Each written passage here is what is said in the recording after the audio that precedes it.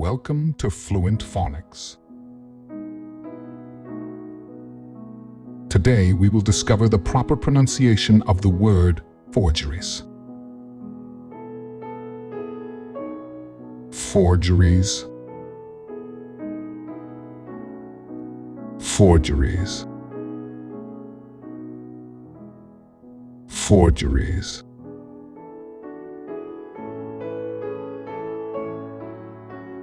Here's an example of how one might use it in a sentence. The art museum discovered that several paintings in their collection were actually forgeries. Forgeries are fake or fraudulent copies of original documents, artworks, or objects created with the intention to deceive others about their authenticity or origin.